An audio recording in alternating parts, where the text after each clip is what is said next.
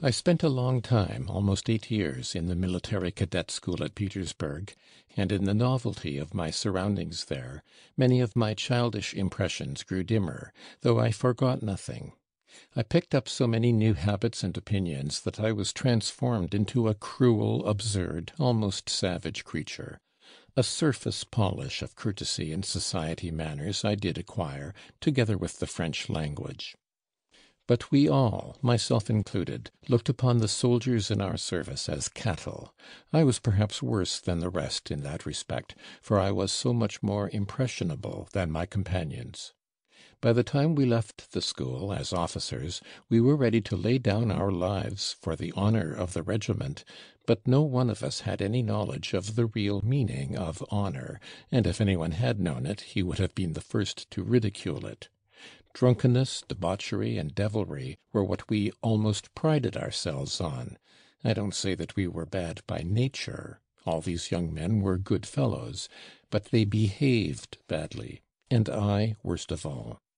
What made it worse for me was that I had come into my own money, and so I flung myself into a life of pleasure and plunged headlong into all the recklessness of youth.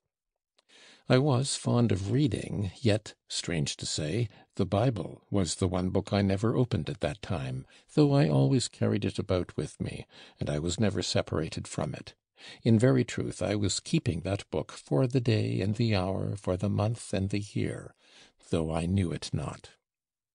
After 4 years of this life, I chanced to be in the town of K., where our regiment was stationed at the time. We found the people of the town hospitable, rich, and fond of entertainments.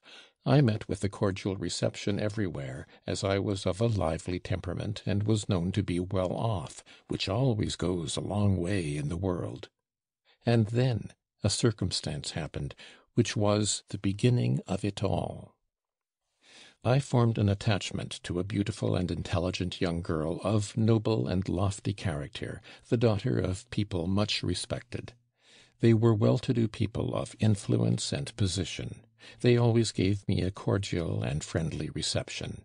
I fancied that the young lady looked on me with favor, and my heart was aflame at such an idea. Later on, I saw and fully realized that I perhaps was not so passionately in love with her at all, but only recognized the elevation of her mind and character, which I could not indeed have helped doing. I was prevented, however, from making her an offer at the time by my selfishness. I was loath to part with the allurements of my free and licentious bachelor life in the heyday of my youth, and with my pockets full of money. I did drop some hint as to my feelings, however, though I put off taking any decisive step for a time. Then all of a sudden we were ordered off for 2 months to another district.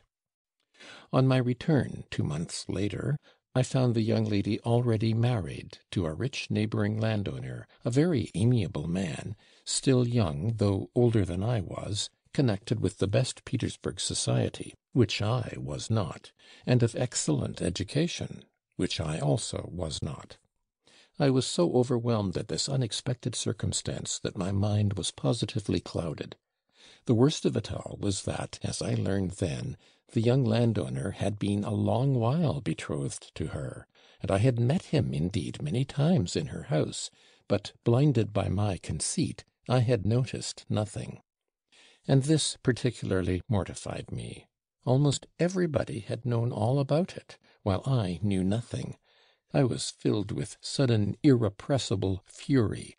With flushed face I began recalling how often I had been on the point of declaring my love to her, and as she had not attempted to stop me or to warn me, she must, I concluded, have been laughing at me all the time.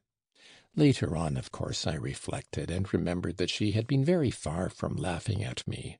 On the contrary, she used to turn off any love-making on my part with a jest, and begin talking of other subjects. But at that moment I was incapable of reflecting, and was all eagerness for revenge. I am surprised to remember that my wrath and revengeful feelings were extremely repugnant to my own nature, for being of an easy temper, I found it difficult to be angry with anyone for long, and so I had to work myself up artificially, and became at last revolting and absurd. I waited for an opportunity, and succeeded in insulting my rival in the presence of a large company. I insulted him on a perfectly extraneous pretext, jeering at his opinion upon an important public event. It was in the year 1826, and my jeer was, so people said, clever and effective.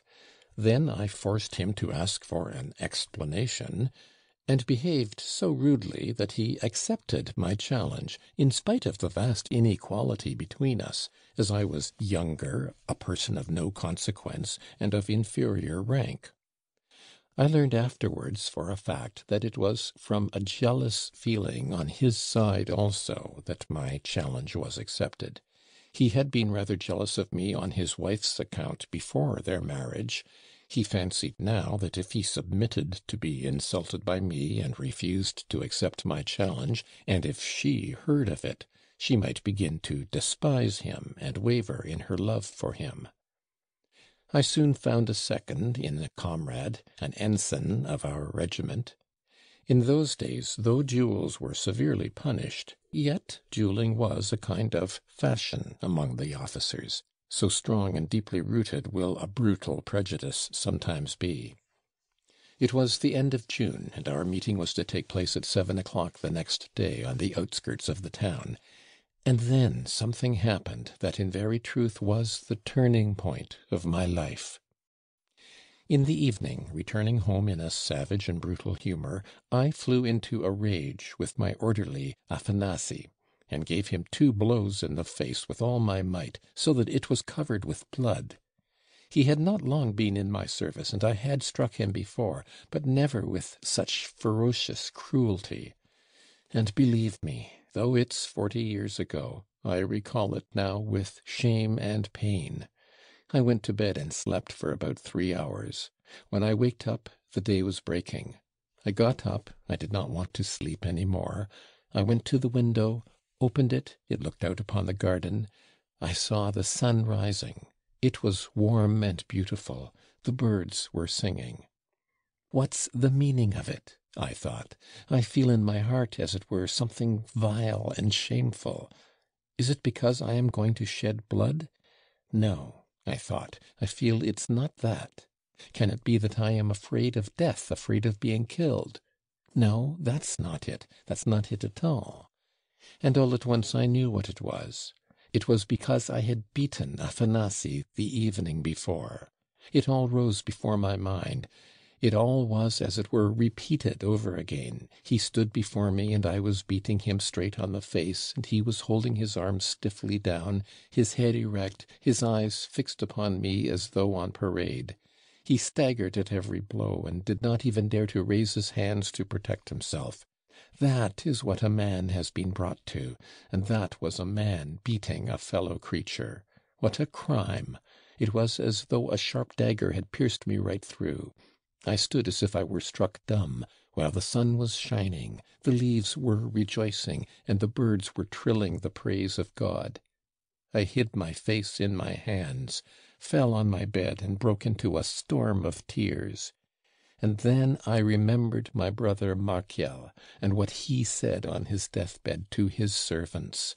My dear ones, why do you wait on me? Why do you love me? Am I worth your waiting on me? Yes, am I worth it? Flashed through my mind. After all, what am I worth, that another man, a fellow creature, made in the likeness and image of God, should serve me? For the first time in my life, this question forced itself upon me. He had said, "Mother, my little heart, in truth we are each responsible to all, for all. It's only that men don't know this. If they knew it, the world would be a paradise at once." God, can that too be false? I thought as I wept. In truth, perhaps, I am more than all others responsible for all, a greater sinner than all men in the world. And all at once the whole truth in its full light appeared to me. What was I going to do? I was going to kill a good, clever, noble man who had done me no wrong, and by depriving his wife of happiness for the rest of her life, I should be torturing and killing her too. I lay thus in my bed with my face in the pillow, heedless how the time was passing. Suddenly my second, the ensign, came in with the pistols to fetch me. "Ah," said he, "it's a good thing you are up already. It's time we were off. Come along." I did not know what to do, and hurried to and fro undecided. We went out to the carriage, however. "Wait here a minute," I said to him. "I'll be back directly. I have forgotten my purse." And I ran back alone to Afanassy's little room. "Afanasy," I said, "I gave you 2 blows on the face yesterday. Forgive me," I said. He started as though he were frightened, and looked at me, and I saw that it was not enough, and on the spot, in my full officer's uniform, I dropped at his feet and bowed my head to the ground. "Forgive me," I said. Then he was completely aghast. "Your honor, sir, what are you doing? Am I worth it?" And he burst out crying as I had done before, hid his face in his hands, turned to the window, and shook all over with his sobs. I flew out to my comrade and jumped into the carriage. "Ready," I cried. "Have you ever seen a conqueror?" I asked him. "Here is one before you." I was in ecstasy, laughing and talking all the way. I don't remember what about. He looked at me. "Well, brother, you are a plucky fellow. You'll keep up the honor of the uniform, I can see." So we reached the place and found them there waiting for us. We were placed 12 paces apart. He had the first shot. I stood gaily, looking him full in the face. I did not twitch an eyelash. I looked lovingly at him, for I knew what I would do. His shot just grazed my cheek and ear. "Thank God," I cried, "no man has been killed." And I seized my pistol, turned back, and flung it far away into the wood. "That's the place for you," I cried. I turned to my adversary. "Forgive me, young fool that I am, sir," I said, "for my unprovoked insult to you, and for forcing you to fire at me. I am 10 times worse than you, and more, maybe. Tell that to the person whom you hold dearest in the world." I had no sooner said this than they all 3 shouted at me. "Upon my word," cried my adversary, annoyed, "if you did not want to fight, why did not you let me alone?" "Yesterday I was a fool. Today I know better," I answered him gaily. "As to yesterday I believe you, but as for today it is difficult to agree with your opinion," said he. "Bravo!" I cried, clapping my hands. "I agree with you there too. I have deserved it." "Will you shoot, sir, or not?" "No, I won't," I said. "If you like, fire at me again, but it would be better for you not to fire." The seconds, especially mine, were shouting too. "Can you disgrace the regiment like this, facing your antagonist and begging his forgiveness? If I'd only known this!" I stood facing them all, not laughing now. "Gentlemen," I said, "is it really so wonderful in these days to find a man who can repent of his stupidity and publicly confess his wrongdoing?" "But not in a duel!" cried my second again. "That's what's so strange," I said, "for I ought to have owned my fault as soon as I got here, before he had fired a shot, before leading him into a great and deadly sin. But we have made our life so grotesque that to act in that way would have been almost impossible, for only after I have faced his shot at the distance of 12 paces could my words have any significance for him, and if I had spoken before, he would have said, 'He is a coward, the sight of the pistols has frightened him, no use to listen to him.' Gentlemen," I cried suddenly, speaking straight from my heart, "look around you at the gifts of God, the clear sky, the pure air, the tender grass, the birds. Nature is beautiful and sinless, and we, only we, are sinful and foolish, and we don't understand that life is heaven. for we have only to understand that, and it will at once be fulfilled in all its beauty. We shall embrace each other and weep." I would have said more, but I could not. My voice broke with the sweetness and youthful gladness of it, and there was such bliss in my heart as I had never known before in my life. "All this is rational and edifying," said my antagonist, "and in any case you are an original person." "You may laugh," I said to him, laughing too, "but afterwards you will approve of me." "Oh, I am ready to approve of you now," said he. "Will you shake hands? For I believe you are genuinely sincere." "No," I said, "not now. Later on, when I have grown worthier and deserve your esteem, then shake hands, and you will do well." We went home, my second upbraiding me all the way, while I kissed him. All my comrades heard of the affair at once, and gathered together to pass judgment on me the same day. "He has disgraced the uniform," they said. "Let him resign his commission." Some stood up for me. "He faced the shot," they said. "Yes, but he was afraid of his other shot, and begged for forgiveness." If he had been afraid of being shot, he would have shot his own pistol first before asking forgiveness, while he flung it, loaded, into the forest. No, there's something else in this, something original. I enjoyed listening and looking at them.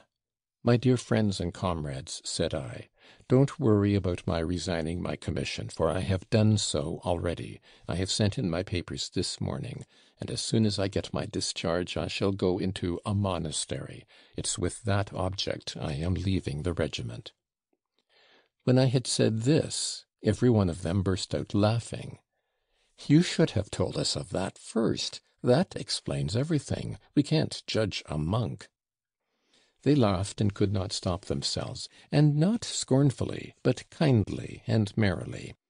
They all felt friendly to me at once, even those who had been sternest in their censure, and all the following month, before my discharge came, they could not make enough of me. "Ah, you monk," they would say, and everyone said something kind to me. They began trying to dissuade me, even to pity me. "What are you doing to yourself?" "No," they would say, "he is a brave fellow. He faced fire, and could have fired his own pistol too, but he had a dream the night before that he should become a monk. That's why he did it." It was the same thing with the society of the town. Till then I had been kindly received, but had not been the object of special attention. And now all came to know me at once, and invited me. They laughed at me, but they loved me.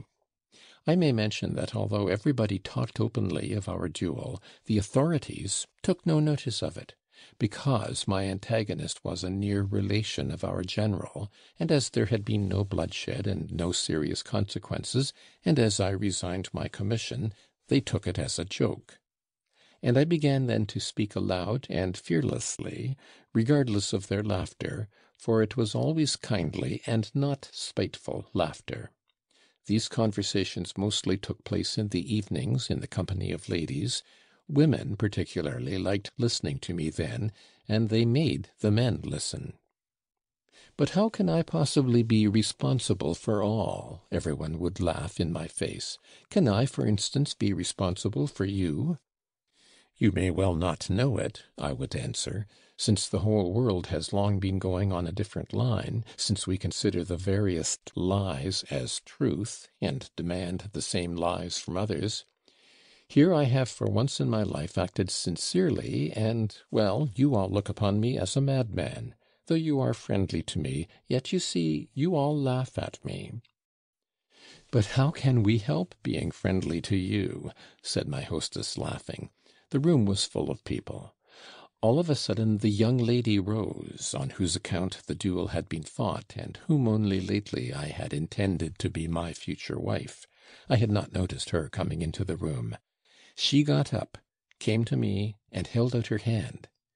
"Let me tell you," she said, "that I am the first not to laugh at you, but on the contrary I thank you with tears, and express my respect for you for your action then." Her husband, too, came up, and then they all approached me and almost kissed me. My heart was filled with joy, but my attention was especially caught by a middle-aged man who came up to me with the others. I knew him by name already, but had never made his acquaintance nor exchanged a word with him till that evening. Part D. The Mysterious Visitor. He had long been an official in the town. He was in a prominent position, respected by all, rich, and had a reputation for benevolence.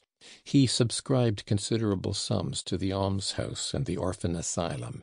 He was very charitable, too, in secret, a fact which only became known after his death. He was a man of about 50, almost stern in appearance, and not much given to conversation. He had been married about 10 years, and his wife, who was still young, had borne him 3 children. Well, I was sitting alone in my room the following evening, when my door suddenly opened, and this gentleman walked in. I must mention, by the way, that I was no longer living in my former quarters. As soon as I resigned my commission, I took rooms with an old lady, the widow of a government clerk. My landlady's servant waited upon me, for I had moved into her rooms simply because on my return from the duel I had sent Afanasy back to the regiment, as I felt ashamed to look him in the face after my last interview with him. So prone is the man of the world to be ashamed of any righteous action. "I have," said my visitor, "with great interest listened to you speaking in different houses the last few days, and I wanted at last to make your personal acquaintance, so as to talk to you more intimately. Can you, dear sir, grant me this favour?" "I can, with the greatest pleasure, and I shall look upon it as an honour." I said this, though I felt almost dismayed, so greatly was I impressed from the first moment by the appearance of this man. For though other people had listened to me with interest and attention, no one had come to me before with such a serious, stern, and concentrated expression. And now he had come to see me in my own rooms. He sat down. "You are, I see, a man of great strength of character," he said, "as you have dared to serve the truth, even when by doing so you risked incurring the contempt of all." "Your praise is perhaps excessive," I replied. "No, it's not excessive," he answered. "Believe me, such a course of action is far more difficult than you think. It is that which has impressed me, and it is only on that account that I have come to you," he continued.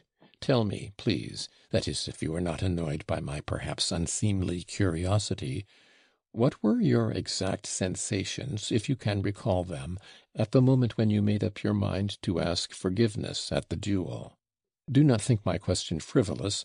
On the contrary, I have, in asking the question, a secret motive of my own, which I will perhaps explain to you later on, if it is God's will that we should become more intimately acquainted."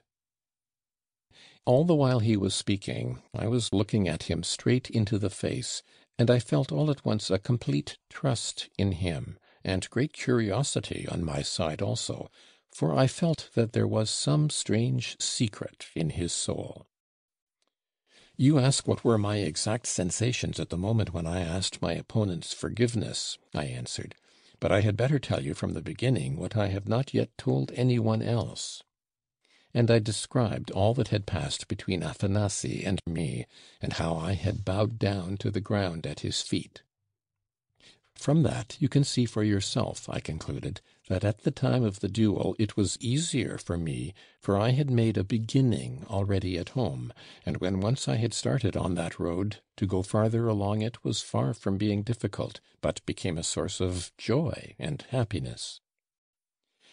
I liked the way he looked at me as he listened.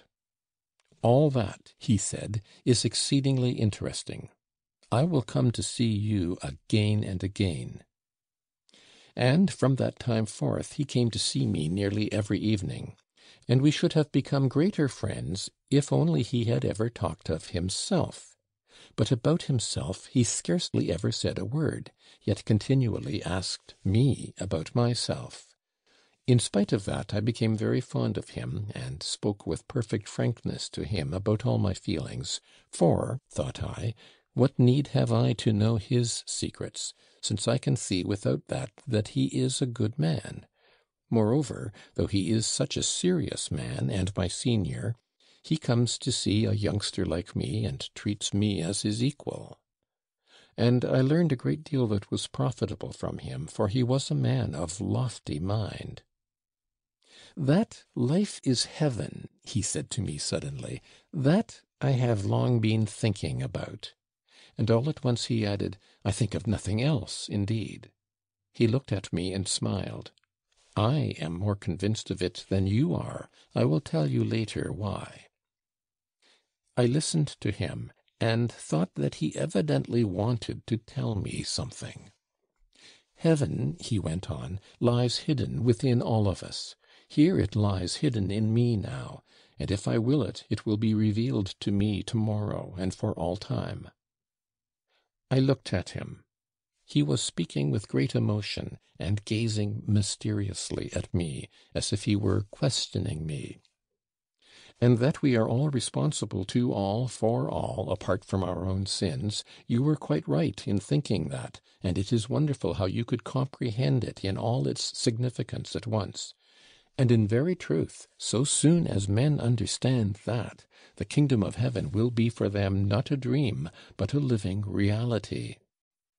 "And when," I cried out to him bitterly, "when will that come to pass? And will it ever come to pass?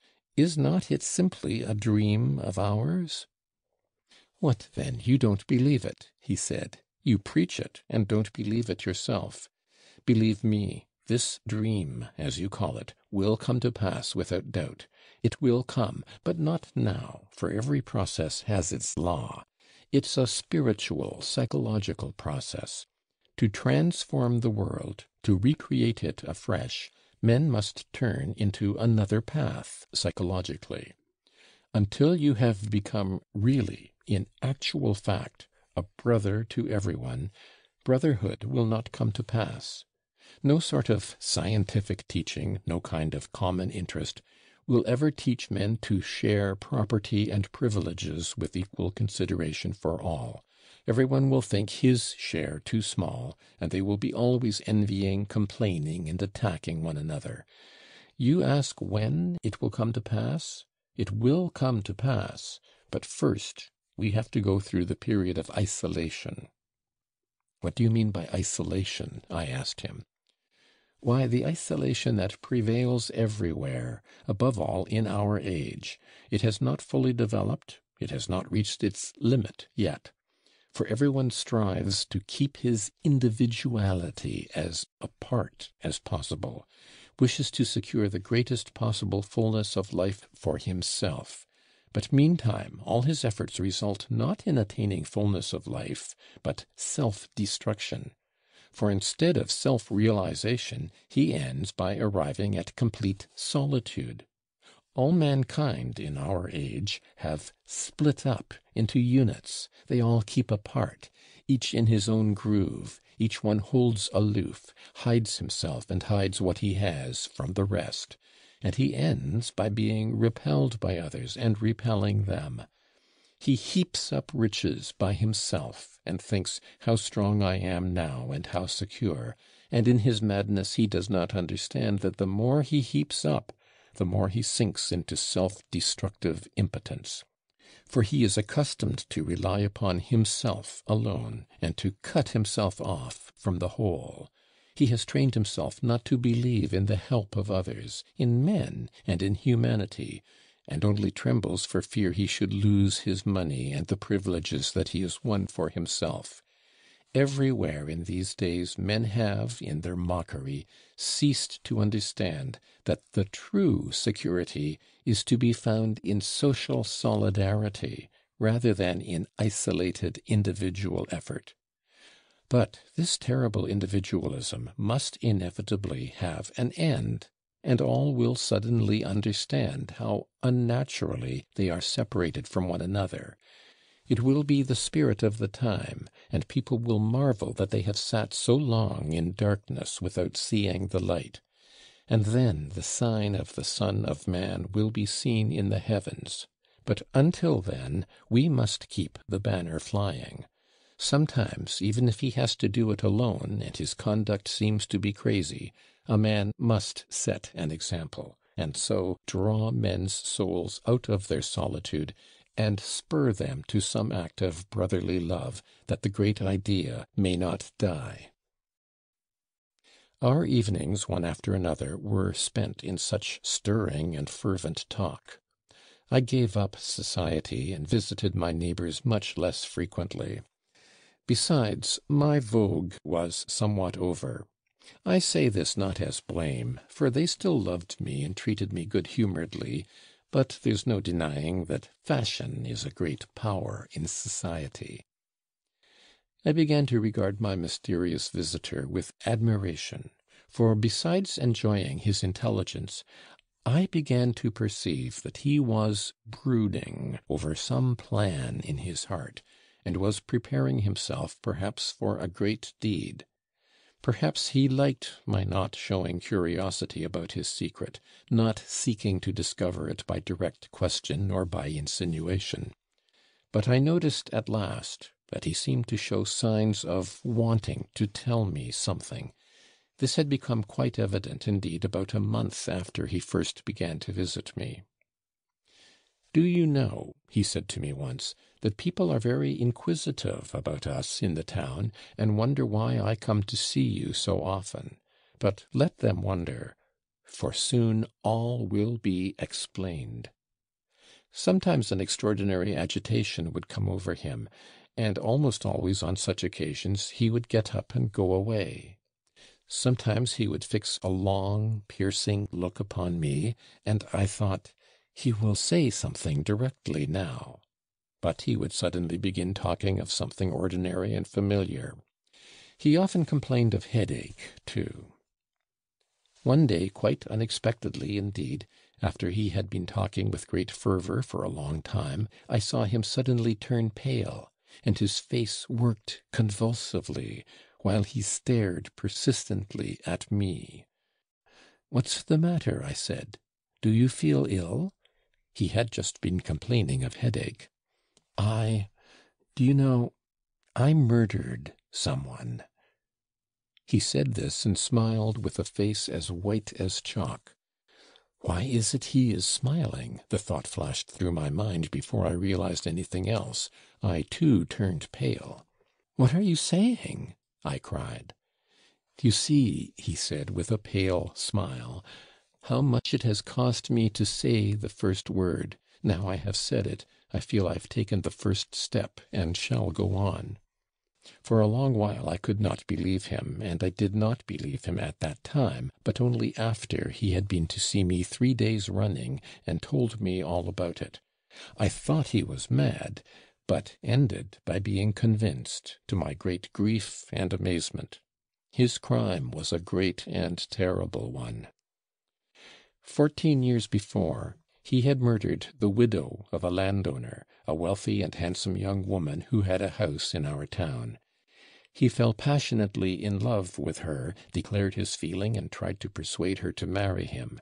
But she had already given her heart to another man, an officer of noble birth and high rank in the service, who was at that time away at the front, though she was expecting him soon to return. She refused his offer, and begged him not to come and see her. After he had ceased to visit her, he took advantage of his knowledge of the house to enter at night through the garden by the roof, at great risk of discovery. But, as so often happens, a crime committed with extraordinary audacity is more successful than others. Entering the garret through the skylight, he went down the ladder, knowing that the door at the bottom of it was sometimes, through the negligence of the servants, left unlocked. He hoped to find it so, and so it was. He made his way in the dark to her bedroom, where a light was burning. As though on purpose, both her maids had gone off to a birthday party in the same street, without asking leave. The other servants slept in the servants' quarters, or in the kitchen on the ground floor. His passion flamed up at the sight of her asleep, and then vindictive, jealous anger took possession of his heart, and like a drunken man beside himself, he thrust a knife into her heart, so that she did not even cry out. Then, with devilish and criminal cunning, he contrived that suspicion should fall on the servants.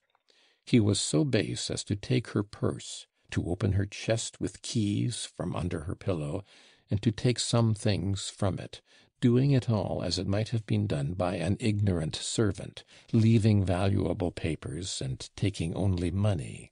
He took some of the larger gold things, but left smaller articles that were 10 times as valuable. He took with him, too, some things for himself as remembrances, but of that later. Having done this awful deed, he returned by the way he had come. Neither the next day, when the alarm was raised, nor at any time after in his life, did any one dream of suspecting that he was the criminal.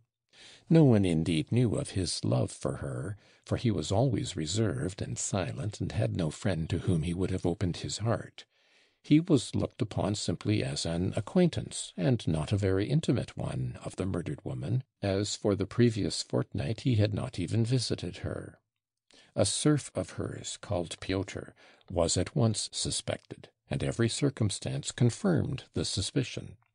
The man knew, indeed his mistress did not conceal the fact, that having to send one of her serfs as a recruit, she had decided to send him, as he had no relations and his conduct was unsatisfactory. People had heard him angrily threatening to murder her when he was drunk in a tavern. 2 days before her death he had run away, staying no one knew where in the town. The day after the murder he was found on the road leading out of the town, dead drunk, with a knife in his pocket, and his right hand happened to be stained with blood. He declared that his nose had been bleeding, but no one believed him.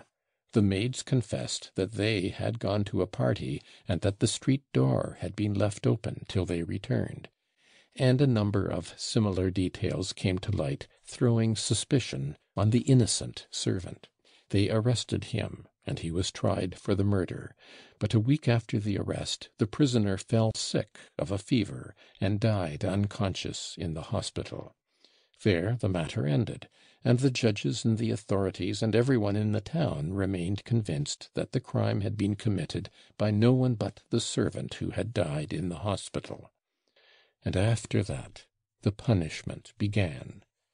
My mysterious visitor, now my friend, told me that at first he was not in the least troubled by pangs of conscience. He was miserable a long time, but not for that reason, only from regret that he had killed the woman he loved, that she was no more, that in killing her he had killed his love, while the fire of passion was still in his veins. But of the innocent blood he had shed, of the murder of a fellow creature, he scarcely thought. The thought that his victim might have become the wife of another man was insupportable to him, and so, for a long time, he was convinced in his conscience that he could not have acted otherwise. At first he was worried at the arrest of the servant, but his illness and death soon set his mind at rest, for the man's death was apparently, so he reflected at the time, not owing to his arrest or his fright, but a chill he had taken on the day he ran away, when he had lain all night dead drunk on the damp ground. The theft of the money and other things troubled him little, for he argued that the theft had not been committed for gain, but to avert suspicion.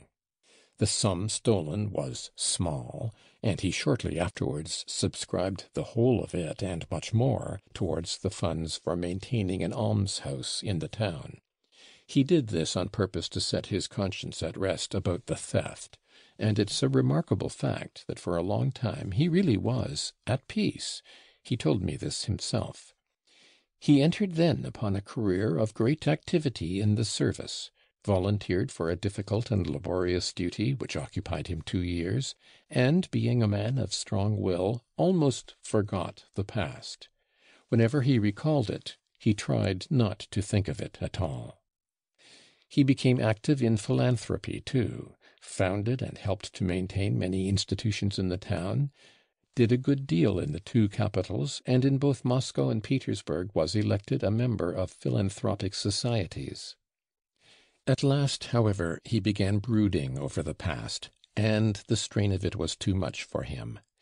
Then he was attracted by a fine and intelligent girl, and soon after married her, hoping that marriage would dispel his lonely depression, and that by entering on a new life and scrupulously doing his duty to his wife and children, he would escape from old memories altogether. But the very opposite of what he expected happened. He began, even in the first month of his marriage, to be continually fretted by the thought, "My wife loves me, but what if she knew?" When she first told him that she would soon bear him a child, he was troubled. "I am giving life, but I have taken life." Children came. How dare I love them, teach and educate them? How can I talk to them of virtue? I have shed blood. They were splendid children, he longed to caress them, and I can't look at their innocent, candid faces. I am unworthy. At last he began to be bitterly and ominously haunted by the blood of his murdered victim, by the young life he had destroyed, by the blood that cried out for vengeance. He had begun to have awful dreams. But, being a man of fortitude, he bore his suffering a long time, thinking, "I shall expiate everything by this secret agony." But that hope, too, was vain. The longer it went on, the more intense was his suffering. He was respected in society for his active benevolence, though everyone was overawed by his stern and gloomy character. But the more he was respected, the more intolerable it was for him. He confessed to me that he had thoughts of killing himself, but he began to be haunted by another idea, an idea which he had at first regarded as impossible and unthinkable, though at last it got such a hold on his heart that he could not shake it off. He dreamed of rising up, going out, and confessing in the face of all men that he had committed murder. For 3 years this dream had pursued him, haunting him in different forms. At last he believed with his whole heart that if he confessed his crime, he would heal his soul and would be at peace forever. But this belief filled his heart with terror, for how could he carry it out? And then came what happened at my duel. "Looking at you, I have made up my mind." I looked at him. "Is it possible," I cried, clasping my hands, "that such a trivial incident could give rise to such a resolution in you?" "My resolution has been growing for the last 3 years," he answered, "and your story only gave the last touch to it. Looking at you, I reproached myself and envied you." He said this to me almost sullenly. "But you won't be believed," I observed. "It's 14 years ago." "I have proofs, great proofs. I shall show them." Then I cried and kissed him. "Tell me one thing," he said, as though it all depended upon me. "My wife, my children. My wife may die of grief, and though my children won't lose their rank and property, they'll be a convict's children, and forever. And what a memory of me I shall leave in their hearts." I said nothing. "And to part from them, to leave them forever, it's forever, you know, forever." I sat still and repeated a silent prayer. I got up at last. I felt afraid. "Well?" He looked at me. "Go," said I. "Confess. Everything passes, only the truth remains. Your children will understand, when they grow up, the nobility of your resolution." He left me that time as though he had made up his mind. Yet for more than a fortnight afterwards he came to me every evening, still preparing himself, still unable to bring himself to the point. He made my heart ache. One day he would come determined and say fervently, I know it will be heaven for me, heaven the moment I confess. 14 years I've been in hell. I want to suffer. I will take my punishment and begin to live. You can pass through the world doing wrong, but there's no turning back. Now I dare not love my neighbor nor even my own children. Good God, my children will understand, perhaps, what my punishment has cost me, and will not condemn me. God is not in strength, but in truth. All will understand your sacrifice, I said to him. If not at once, they will understand later, for you have served truth, the higher truth, not of the earth. And he would go away, seeming comforted, but next day he would come again, bitter, pale, sarcastic. Every time I come to you, you look at me so inquisitively, as though to say, he has still not confessed. Wait a bit, don't despise me too much. It's not such an easy thing to do as you would think. Perhaps I shall not do it at all. You wouldn't go and inform against me then, will you? And far from looking at him with indiscreet curiosity, I was afraid to look at him at all. I was quite ill from anxiety, and my heart was full of tears. I could not sleep at night. I have just come from my wife, he went on. Do you understand what the word wife means? When I went out, the children called to me, "Goodbye, father. Make haste back to read the children's magazine with us." No, you don't understand that. No one is wise from another man's woe. His eyes were glittering, his lips were twitching. Suddenly he struck the table with his fist so that everything on it danced. It was the first time he had done such a thing. He was such a mild man. "But need I?" he exclaimed. "Must I? No one has been condemned. No one has been sent to Siberia in my place. The man died of fever. And I've been punished by my sufferings for the blood I shed. And I shan't be believed. They won't believe my proofs. Need I confess? Need I? I am ready to go on suffering all my life for the blood I have shed, if only my wife and children may be spared. Will it be just to ruin them with me? Aren't we making a mistake? What is right in this case? And will people recognize it? Will they appreciate it? Will they respect it? Good Lord, I thought to myself, he is thinking of other people's respect at such a moment. And I felt so sorry for him then that I believe I would have shared his fate if it could have comforted him. I saw he was beside himself. I was aghast, realizing with my heart as well as my mind what such a resolution meant. "Decide my fate," he exclaimed again. "Go and confess," I whispered to him. My voice failed me, but I whispered it firmly. I took up the New Testament from the table, the Russian translation, and showed him the Gospel of St. John, chapter 12, verse 24. "Verily, verily, I say unto you, except a corn of wheat fall into the ground and die, it abideth alone. But if it die, it bringeth forth much fruit." I had just been reading that verse when he came in. He read it. "That's true," he said, but he smiled bitterly. "It's terrible the things you find in those books," he said, after a pause. "It's easy enough to thrust them upon one. And who wrote them? Can they have been written by men?" "The Holy Spirit wrote them," said I. "It's easy for you to prate." He smiled again, this time almost with hatred. I took the book again, opened it in another place, and showed him the Epistle to the Hebrews, chapter 10, verse 31. He read, "It is a fearful thing to fall into the hands of the living God." He read it and simply flung down the book. He was trembling all over. "An awful text," he said. "There's no denying you've picked out fitting ones." He rose from the chair. "Well," he said, "good-bye.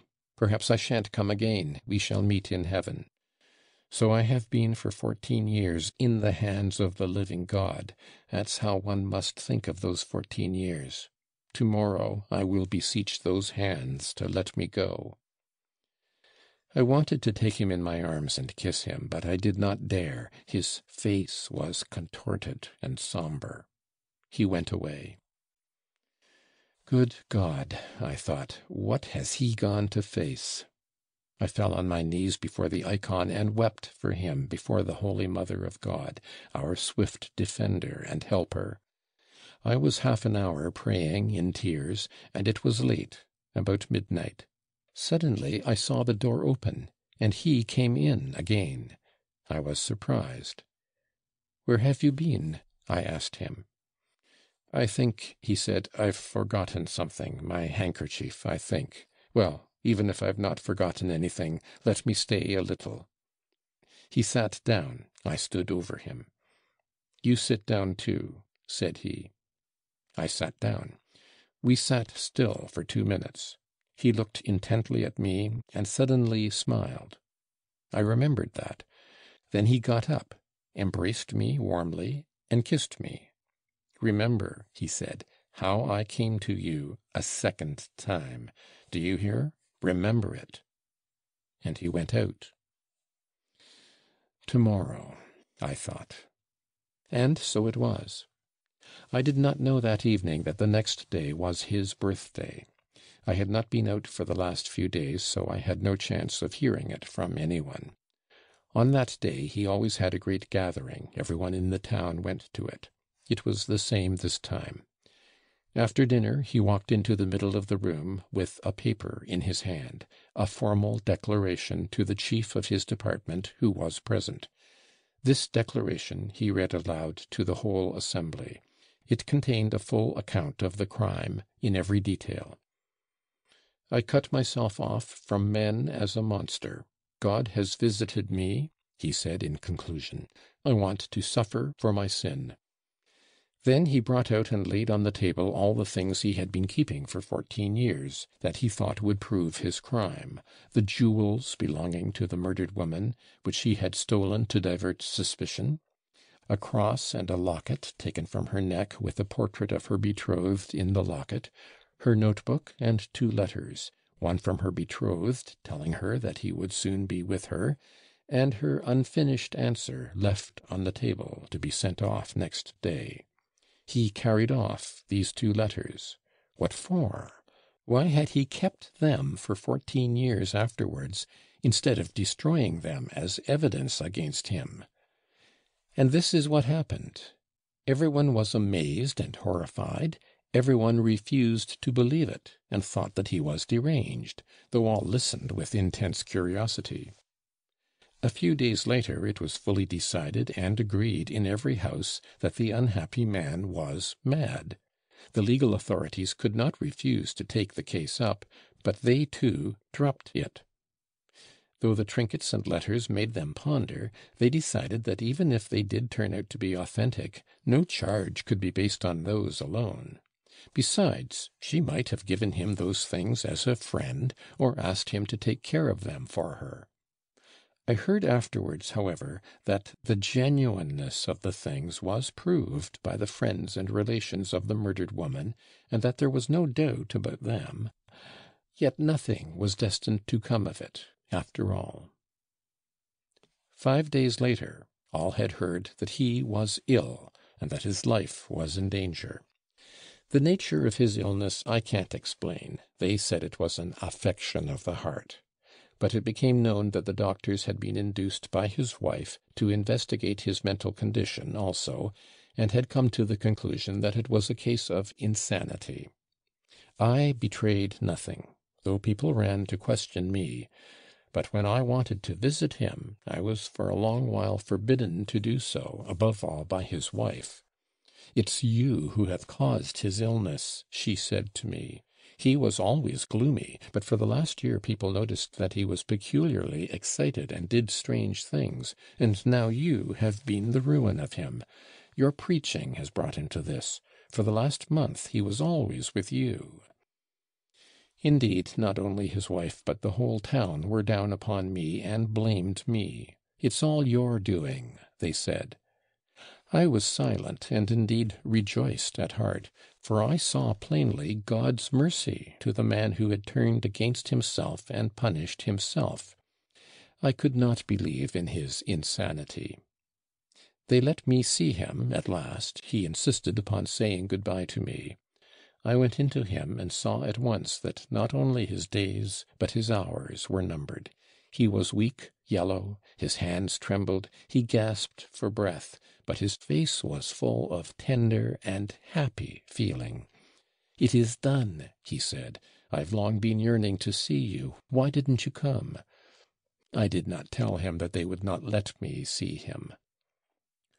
God has had pity on me and is calling me to himself. I know I am dying, but I feel joy and peace for the first time after so many years.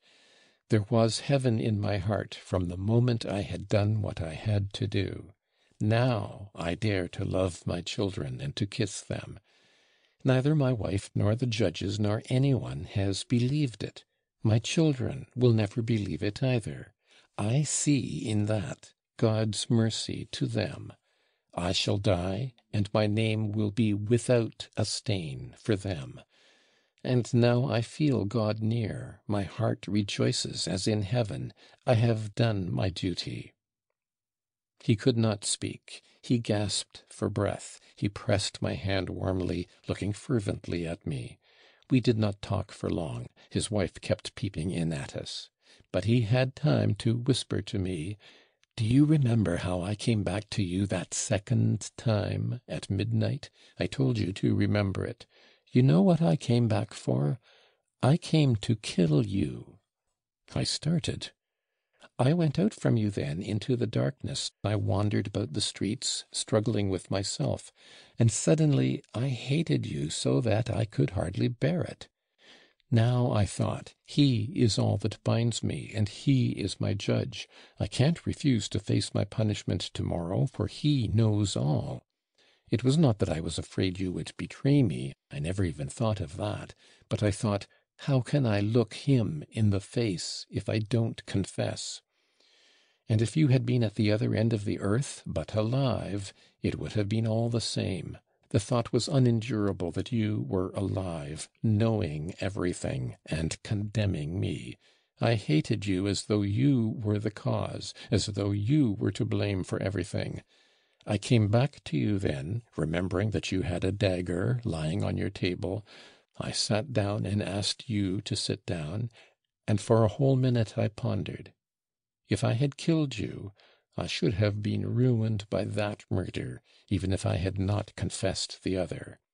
But I didn't think about that at all, and I didn't want to think of it at that moment. I only hated you, and longed to revenge myself on you for everything.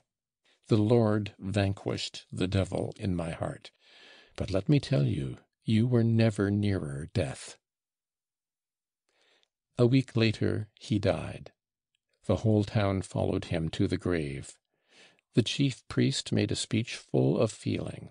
All lamented the terrible illness that had cut short his days.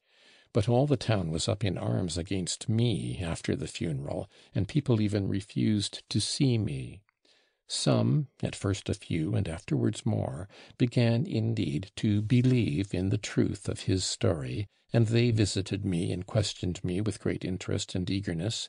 For man loves to see the downfall and disgrace of the righteous.